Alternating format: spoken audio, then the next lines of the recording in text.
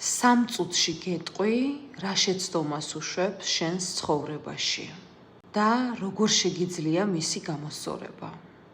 შენ თუ მსგავს რამე საკეთებ, გთხოვ დამიწერო კომენტარში და დაალაიქო ჩემი ვიდეო.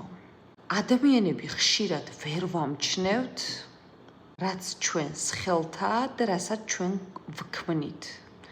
მაგალითად მოვიყვან ესეთ მაგალითს. ავიღოთ, ერთი ჩვეულებრივი ადამიანი, ქალბატონი მაგალითად. ამ ქალბატონს აქვს ოცნება სახელი ვთქვათ. გავიდა 1 წელი, 2 წელი, 3 წელი ვთქვათ, იყიდა ეს სახლი. იყიდა რაღაცა ოქროს ნივთები უნდოდა, ესეც იყიდა. ეხლა რაღაცა ბრენდული ტანსაცმელი მოუნდა, ესეც იყიდა.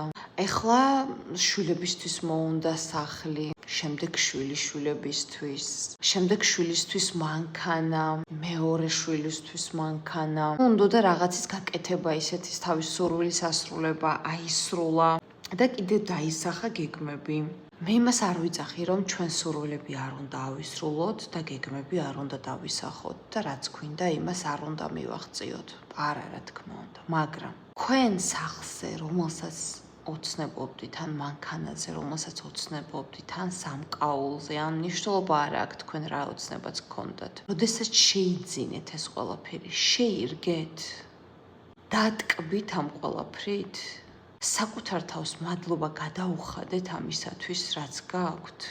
ბევრი ადამიანი ვიცი, სახლი, კარი, მანქანები ერთი დღე არ უცხოვრია თავის სახლში. კიდე და კიდე უფრო მეტი უნდა. ეხლა ოროთახიანი უნდა რო იყიდო. კი ბატონო, ძალიან კარგია. მაგრამ დატკბით თქვენს ყველაფერში.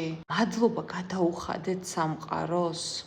რატომ ჭირდება ხოლმე ადამიანს წმენდა?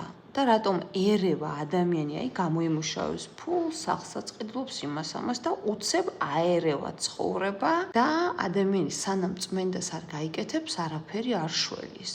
თქვათ და ამ ადამიანს ჯადო არ აქვს. რატომ? იმიტომ რომ ადამიანის გონება ამდენი ვიყიდო, გავაკეთო, არ დავტკბე, მადლიერი არ არის ადამიანი, სულ რაღაცაზე ფიქრობს, ის იყიდოს, გააკეთოს.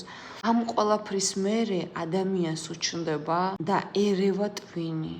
დეპრესიული ხდება ადამიანი, პრობლემები ექმნება და სანამ წმენდას არ გაიკეთებს ადამიანი, ვეღარ განაგრძობს ფულის გამომუშავებას და ასე შემდეგ, ასე შემდეგ. ამიტომ ჩემი რჩევა იქნება, დატკბით იმით, რაც გაქვთ. მადლობა გადაუხადეთ თქვენს თავს, რომ ეს ყველაფერი შეიძინეთ და შეირგეთ, რაც მთავარია.